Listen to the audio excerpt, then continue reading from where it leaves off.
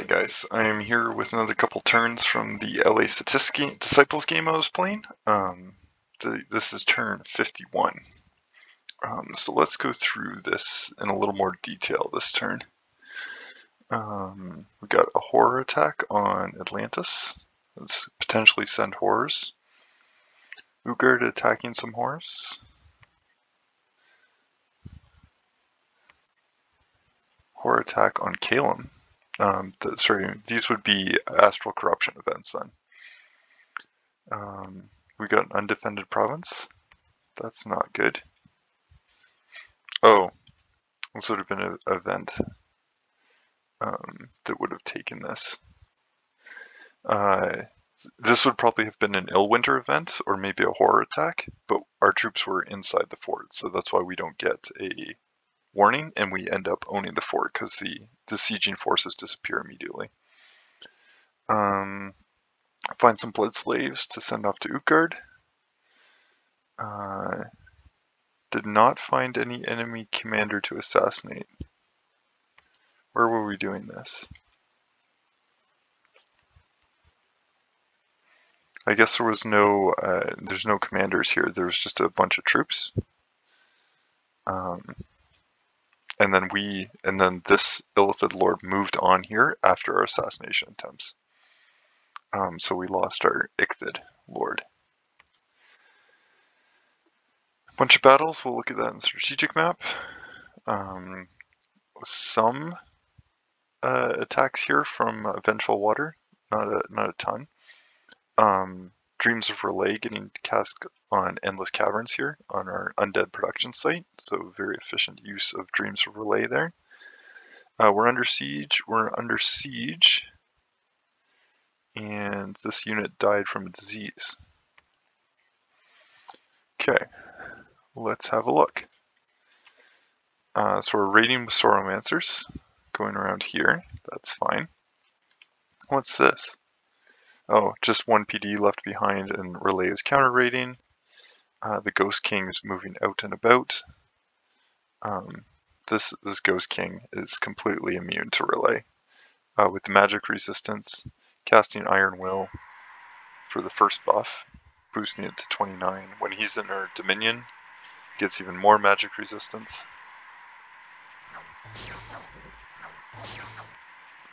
So tons and tons of magic resistance is exactly what you want from a Relay. We looked at this.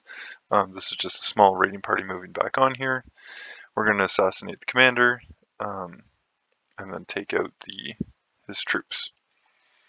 For logistics, we've moved here.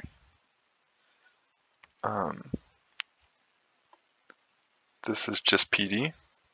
But importantly, we are moving enough troops here that it's just an insta-pop.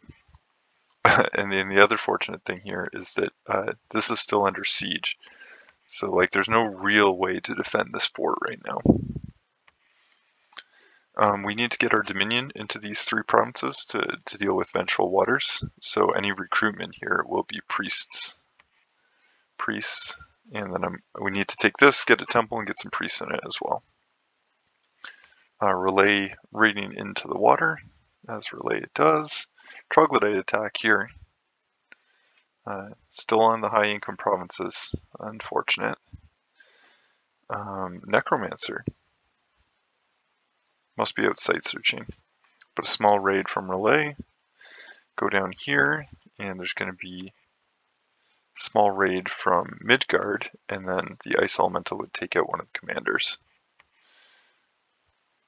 Another small raid from Midgard. Another small raid from Midgard. That he could have retreated here. So yeah, the raiding is getting costly for Midgard for sure, although he wins this one. It's just a horror attack as usual. Loses that one, no place to retreat from here, so loses that party. Won this one though, and I think that's a high income province, so that's good for him. On this side, I must have not had these turns, but Atlantis now has this fort from Zavalda, And Xibalba is upset, so he's going to be raiding around with these troops. And Atlantis is going here to take these from Xibalba as well. Now, I'm not sure what his plan is for dealing with Pythium here, because Pythium has been attacking Xibalba along with Yeoman. So that'll be something to keep an eye out for. Basically, like, Atlantis can raid this way, but there's going to be pressure coming from Pythium in this direction, that he's eventually going to have to meet Pythium and fight him. A little more raiding from Xibalba. Xibalba expressing his frustrations.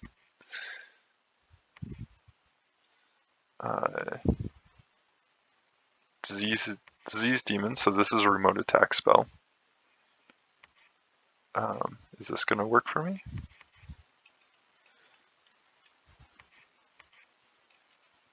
We'll try it with the V command. Sometimes these assassinations don't come up the first time. You have to access it with the V command as opposed to the C command. Yeah. These guys are thugged enough that they don't really have to worry about disease demons. Touch of Leprosy will give them a disease, but I'm pretty sure I've got an elixir at this point. So if he can just bring that unit back to his base and give it an item. Bogarus attacked Atlantis but was defeated. This is a Lord of Hell. So Bogarus has had Blood Vortex up for a while, so imagine his blood economy is just stellar. This guy spawns blood slaves as a heretic, and is generally like pretty fat. And this is like a little bit of a kit on him. The Lantern Shield's expensive. The Horde Helmet's a little expensive, but like he's got so many hit points. It's pretty easy to use him like as a super combatant. Because of the fire paths, the earth paths, blood paths, good super combatant paths. Unfortunately for him, what he runs into here is a couple of astral mages, and these guys can cast Soul Slay, and he was not prepared for Soul Slay, so he dies. We got here Utgard attacked by special monsters in 1, so it looks like he retreated here. There's a lot of troops there.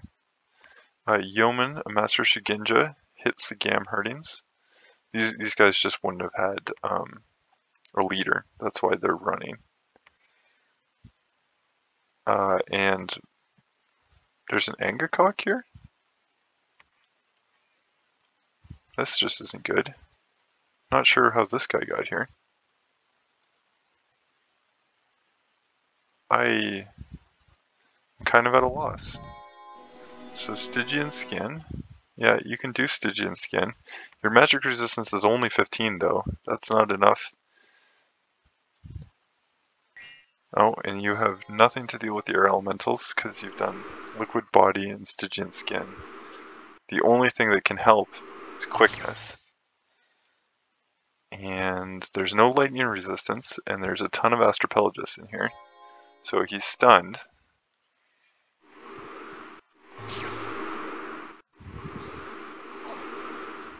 Yep. That's truly unfortunate. What was lost there? Well, it's 2 turns of cap recruitment because this is a cap only mage. These guys are pretty precious. There's 15, 25, and a Mace of Eruption has 35 gems worth of gear that potentially that team picked up. For perspective, that's potentially a few turns of income, of gem income, for Bogarus. Oh dear. Yeah, so in the previous turn there was that big loss that Utgard had here because of not enough blood slaves, or scripting depending on your point of view, and then another bit of losses here. Nothing like critical yet, but it does seem that they're struggling. Can never get. I'm site searching here. I'm site searching all these provinces, and it's succeeding. But I'm getting pinged by the raiders. So my Sauromancer keeps retreating. It's actually more efficient that way, but completely not deliberate. Sweet. So messages, sending lightless lanterns out, sending gems to folks. I think Caelum wanted death gems for whatever reason. I'm not sure what his need was, but yeah, I'm sending him air and earth gems in general. Blood slaves, I'm gonna pivot from sending blood slaves just to Utgard. I'm gonna get enough so that Atlantis can empower in blood, and also so that Caelum can empower in blood, just so we can have more spread out blood slave economy. I think at this part of the game, I hadn't yet realized that Utgard hadn't done any blood hunting. Like, I saw some of his provinces, and I was like, oh, this unrest is so high. Is it here? No. He had some high unrest provinces, and I'm like, oh, okay, that's probably a blood slave operation. But actually, he's not doing blood slaves. Anyway, let's go to turn 52. These turns are pretty quiet. We've passed the epic free-for-all stage of the game. Research and construction. We went to 7 so that I could get a golem. Golems are inanimate and mindless, which means they aren't affected by astral corruption. So I can use them to actually cast spells while astral corruption's up, which is going to be pretty valuable. Atlantis attacking some special monsters in Yom. Okay. Special monsters attacking Caelum. Scout comes out. We find a kelp forest. So I've been slow about site searching my water provinces for nature, because I have my nature mages are cap only. So this guy finally reached one of the nature sites. Get a bunch of blood slaves. We assassinate the Illithid Lord here that was guarding these units. So all it takes is 2 swarms.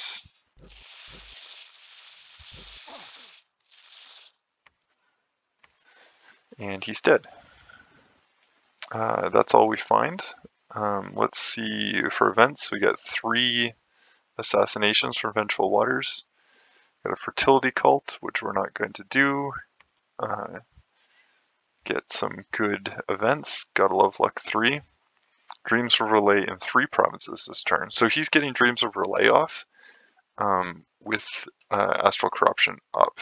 So these are either golems, but really you can cast Dreams of Relay quite easily because it's a relatively low gem spell. Let me just check this. Yeah, 4 gems, so it's relatively unlikely to provoke a horror attack. So he can keep casting that spell through the Astral Corruption. Yeah, Sauromancer's here raiding away. I think I do some site searching in the back areas. Not really worth watching, I don't think. Yeah, none of these are worth watching. Or everybody's just dodging at this point. Yeah, Ghost King is coming back. There's not really anything in here, so we just take it. And there's a few assassination attempts. This gets counter-raided by Relay, so we're going to go back, and we're actually going to spread out in here. This is actually going to be a mistake, this spread out business. I see this, and I think I can't take it, which is why I'm not proceeding forward. I want reinforcements, so I decide to raid instead. And in hindsight, I probably should have consolidated here. Just so I can kind of move away from the Dreams of Relay spell.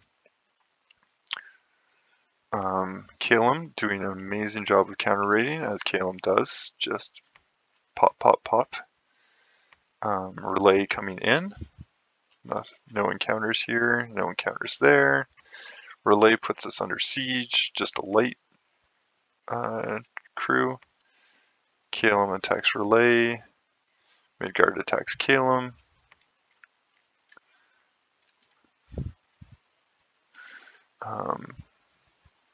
Caelum attacks Relay. Caelum attacks Midgard. Yeah.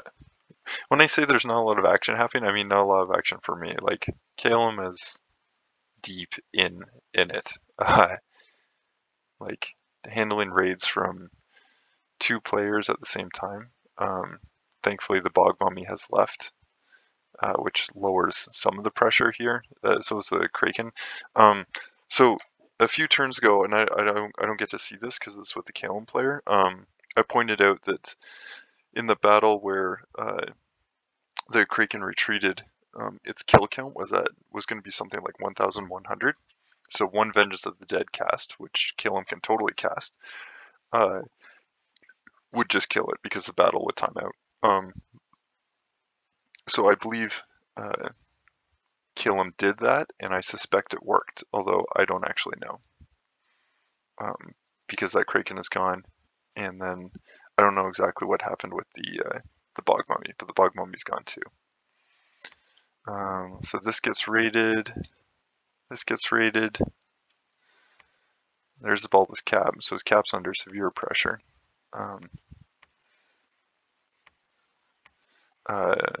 This gets raided.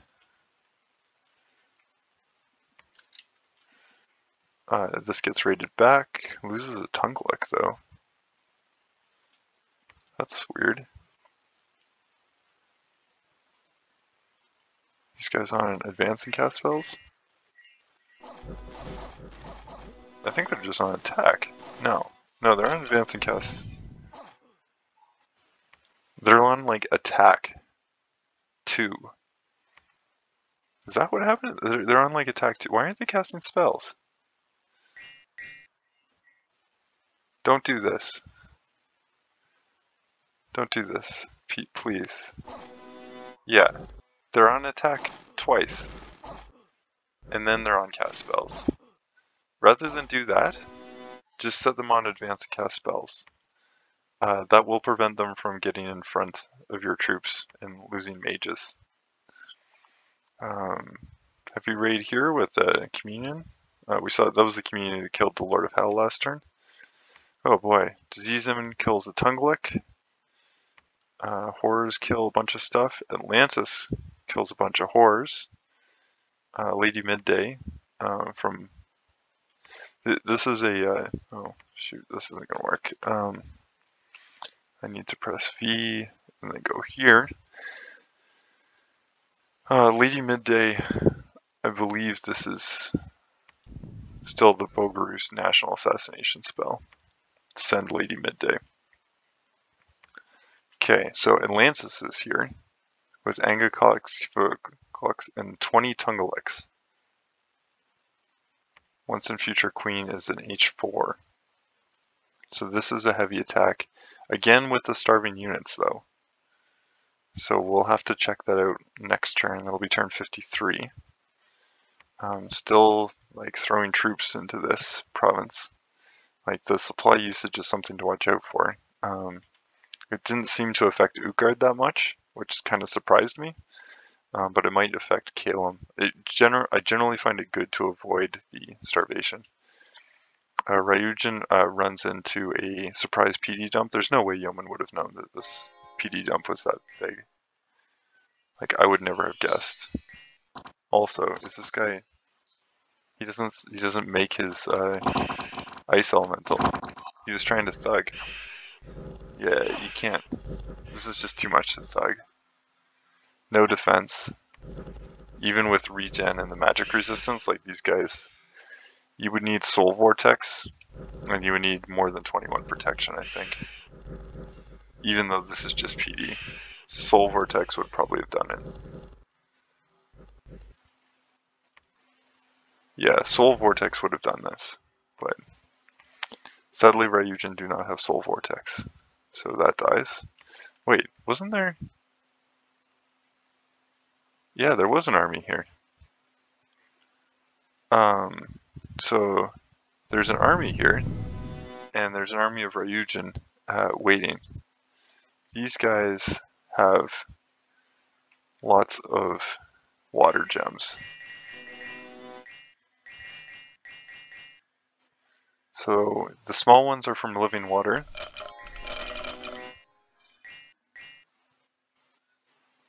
And over here we've got Tungalex. Looks like they're just on cast spells. So they can't even do Frozen Heart, because Frozen Heart doesn't have the range. Oh no, they're doing Frozen Heart. That's good. So they're an Animate Skeleton and Frozen Heart, and they are an advanced cast spell. Nice. So, is this going to work? The problem with this is that these things have 20% underwater regen. The big ones have 30 hit points, so 6 regen per turn. They're damage resistant, and they're getting just a stupid number of attacks off per turn. They're unsurroundable, so they don't take defense penalties either. Yeah, Bone Melter just wiped out a square here. There's a few water strikes going off. But yeah, this is just getting absolutely overwhelmed.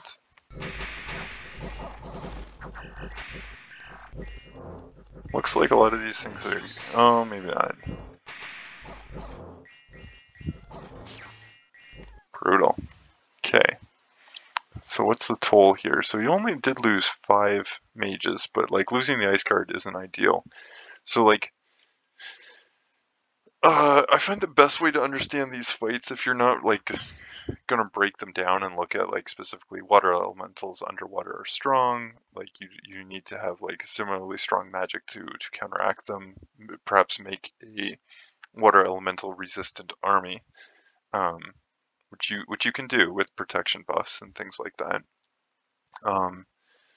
But just from the most naive point of view, what's the mage commitment here? This is 22 turns of mage recruitment that came out to fight. This is 12 turns of mage recruitment that came out. And the difference is between winning and losing. You bring half the number of mages, you should lose the fight unless you've scripted it crazily well. So no real surprises there. Thankfully there's a retreat path here, so yeah, if this hadn't happened, then all of these mages would have been lost, but thankfully he only lost 5. The Ice Guard aren't great to be losing though. You kind of want those. Those are good troops. More raiding here from Utgard. Nicely done. Alright, let's go to turn 53.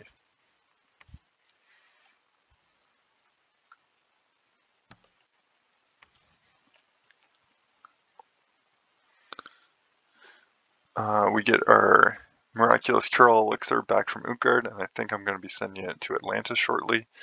Got more fire gems. Find a Sky Split Oak, do a bunch of blood hunting. We get assassinated by a Stalker. This Stalker is kitted out. So a handful of acorns gives him 3 Vinemen. An Amulet of the Dead allows him to animate Skeleton. Boots of the Messenger means that his fatigue isn't going to stack up.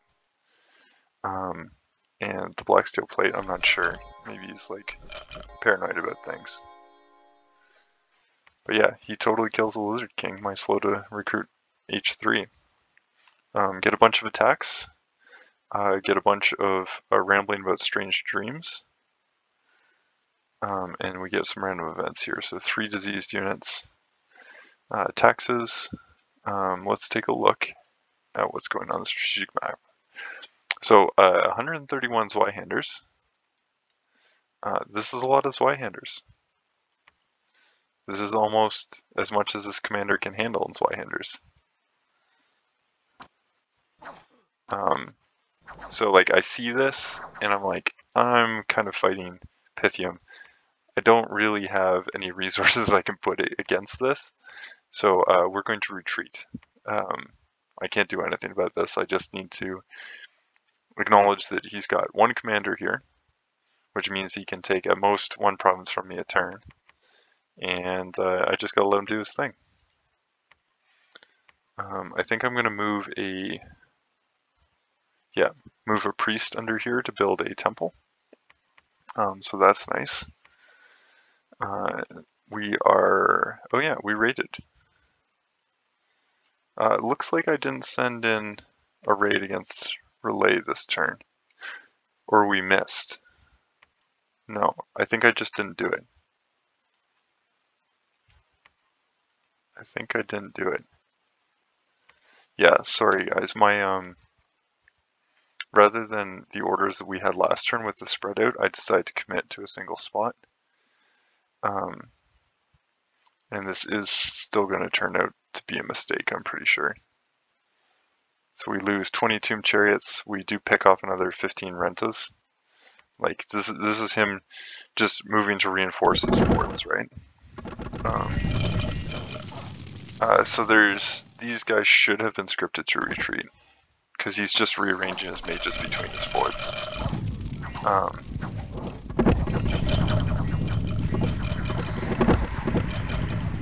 He does trigger gem usage, so there's that, but like 15 mages is a lot of mages.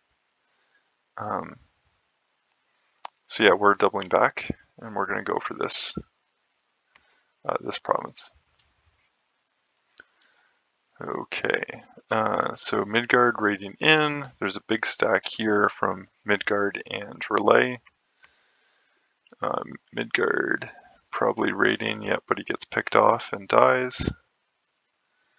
Caelum attacked Relay in one. Midgard attacked Caelum but was defeated, so another raiding party dies. Horror attack here. This is unfortunate because that was a counter raiding squad, so that's not ideal. The Ghost King runs into another raiding squad from Relay, getting some more kills. This guy's probably got a lot of kills at this point, eh? Yeah, 431. That's not so many.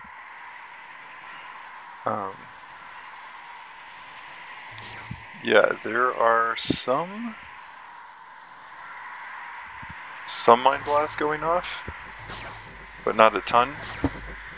And yeah, Meteorite Guard, just don't do it for this guy. So easy wins, easy rares for Atlantis. Fighting underwater with the super combatant. Let's see what's going on here. So Atlantis going underwater for this fort here. Patel is counter raiding and probably going to be going for Zabulba's cap soon. Zabulba is doing his frustrated raiding. And I think, yeah, so if you look here, Zabulba's not putting PD in behind him. He's just doing this to like frustrate Atlantis, not necessarily do structural damage. So Atlantis is just going to follow this army around, counter raiding turn by turn. 2 Tunglix die to a horror attack. 5 Ryujin enter the water. 6 Ryujin enter the water. 6 Ryujin underwater. They each get a temporary earth gem, plus these guys already have water gems to begin with. Water power makes their all water 4. I guess the one good thing about this is that these are... That was a lot of gems that got used. That was a lot of gems. But also, like, fighting that many Ryujin, like, these guys can just raid wherever they want. Because you actually have to send, like, a fair few mages to counteract these guys, especially underwater. Like, it's so easy with the living water casts. So I expect they're going to cause trouble in the upcoming turns. We get some assassinations on some Forgiving Fathers here. And a Nagini loses to an Unsleeping Consort. That's kind of weird. What is the Nagini doing here? Oh, she's unkitted and diseased. Okay. Fair enough. This was not a mission critical Nagini. This was a might as well do something with it before she dies Nagini. So just unkitted, super low investment. Not really a big deal if she loses, and looks like she maybe ends up diseasing that commander. So this army that was here moved here and takes out some PD. We're not going to watch that. So Atlantis moved here last turn, and I remember I said they were starving. So maybe let's look at this. Okay, so there's two Lords of Hell here. Pazuzu with a light kit. Belphegor also with a light kit. This time kitted a little bit more for fighting. Still not a lot of magic resistance. And then what's here? These are sheds. That's fine. And then there's going to be some mages that are going to be casting air elementals. That's fine. But what do we have from Atlantis? Now this is a pretty solid army. This troop lineup isn't quite as wide as it could be. But there's a lot of Tungaliks. These Arzarts are here to catch flyers with the Bone Glaives. So if the flyers, if there's anything flying on attack rear, they'll catch that. Now, the flyers he has to worry about are air elementals, and air elementals can't be given attack commands, so they could land anywhere. This guy is the H4, and he's going to have death gems on his Angkorcocks. Yeah. So in terms of mage support, there are Tungaliks here and here, kind of mixed in with the army, and there are two Angkorcocks. What's up right now is Natural Storm, because Pazuzu brings that. So these guys, the Astropelagists, will be able to do Storm Power. Power of Spheres first. Okay.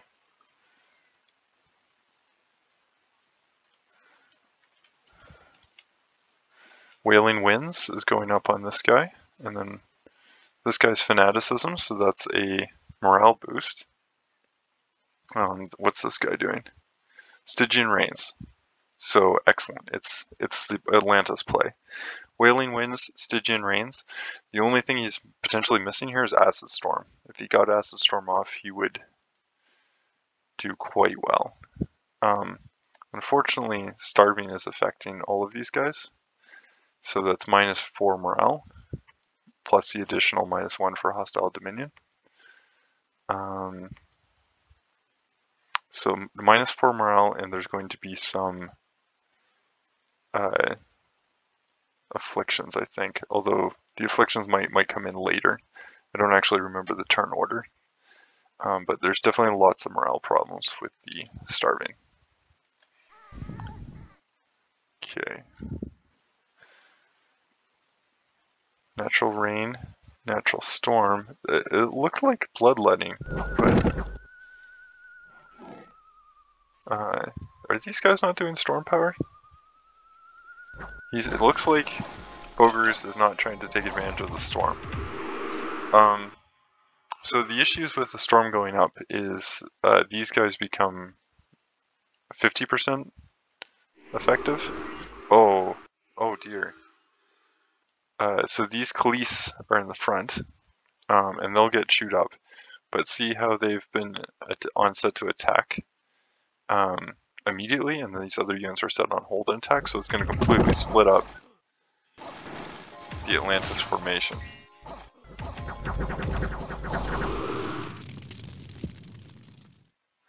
Okay, what do we got now? Wailing Winds has gone up. Stygian Rains went off too. Let's see if these guys are set to cast anything else yet. He's out for the next couple rounds. And this guy's still up. What's he doing? Invulnerability and Raise Dead. Okay. So he's done with casting like specific spells. This guy's doing Divine Blessing, which is good. Get some resistances up on the few sacred troops he has. Frozen Hearts are going off. Frozen Heart does enough damage that it does cut through the poison resistance on these guys, but it's reduced. Frozen Heart, I believe, doesn't target inanimates. We can check that. So this is just a chaff gonna run through things. These guys still have decent like armor. This is why Acid Storm would have been nice here, but he doesn't have the paths present here to cast Acid Storm. Because it would have basically meant that these guys would have 15 protection because of Stygian Rains, plus the cold, the ice protection. So that would have been, yeah, I think 17. Whereas these guys would have Stygian Rains, which is 15, and they would have had rusted armor, which would effectively make it so it's like armored troops fighting unarmored troops. But yeah, so the front line melts. The Arzards did the job of protecting the back line, which is good.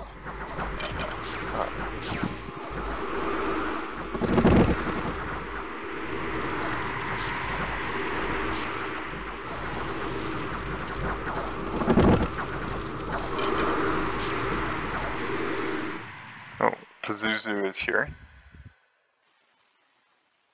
Yeah, with his Elfbane. Nice.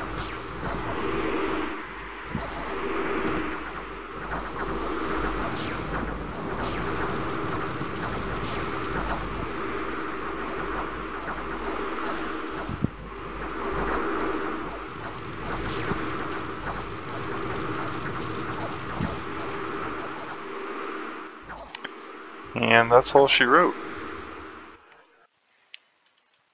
So the actual cost here is 1 Bogatar here, 50 Cleese, so that's 500 gold, and 40 Malia Drusinas.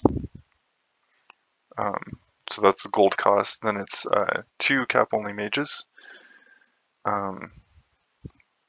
2 cap-only mages, so that's expensive, but also they had a kit on them as well, so he lost the items, which potentially got picked up by Bogarus, so it's a swing to Bogarus' favor.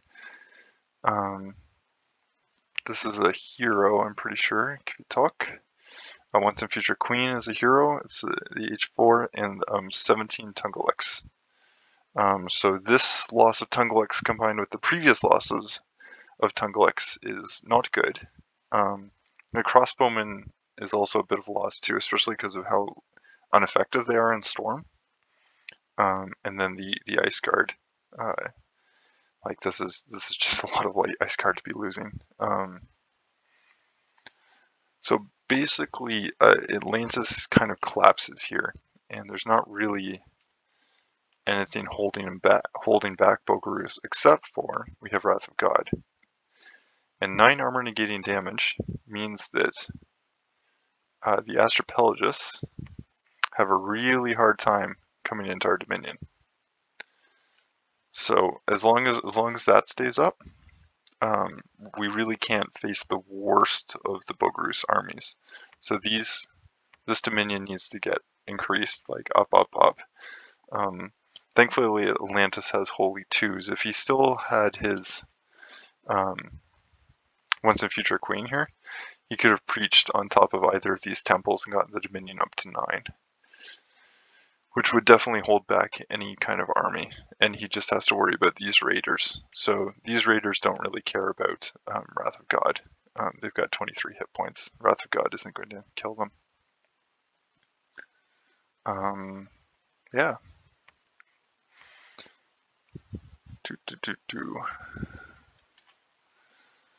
Utgard raiding away, and we're back to where we started. Let's check out the messages. So Blood Slaves are going back to Utgard. Air jumps to Caelum, Earth jumps to Caelum. Sounds about right. Let's check out the score graphs. So provinces, we're clawing our way back into this as we take provinces one by one from Pythium. Atlantis is still way ahead on the province count because he's been raiding Zabalba while Zabalba's been collapsing, which is excellent. Forts, we found a fort that other turn, which is nice. And Atlantis' infrastructure continues to improve.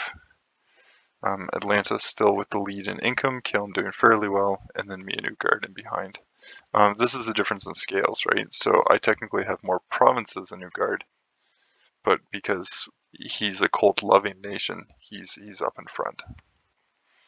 Gem income, taking provinces, getting gems. Same thing with Caelum. Our research continues to trend downward, and then the other three are taken off. Dominion's pretty stable. We haven't fought in a couple turns, so our free spawn is carrying our army size up. You can see that there's a chunk of units that got lost by Atlantis last turn. And yeah, and then Caelum, a few turns ago, Caelum and Utgard both lost a battle. Or had battles. You shouldn't say losing battles, because you can have these dips even if you're winning. Ascension points. Sweet, that's the turn, guys. I'll catch you all, and it'll be turn 54.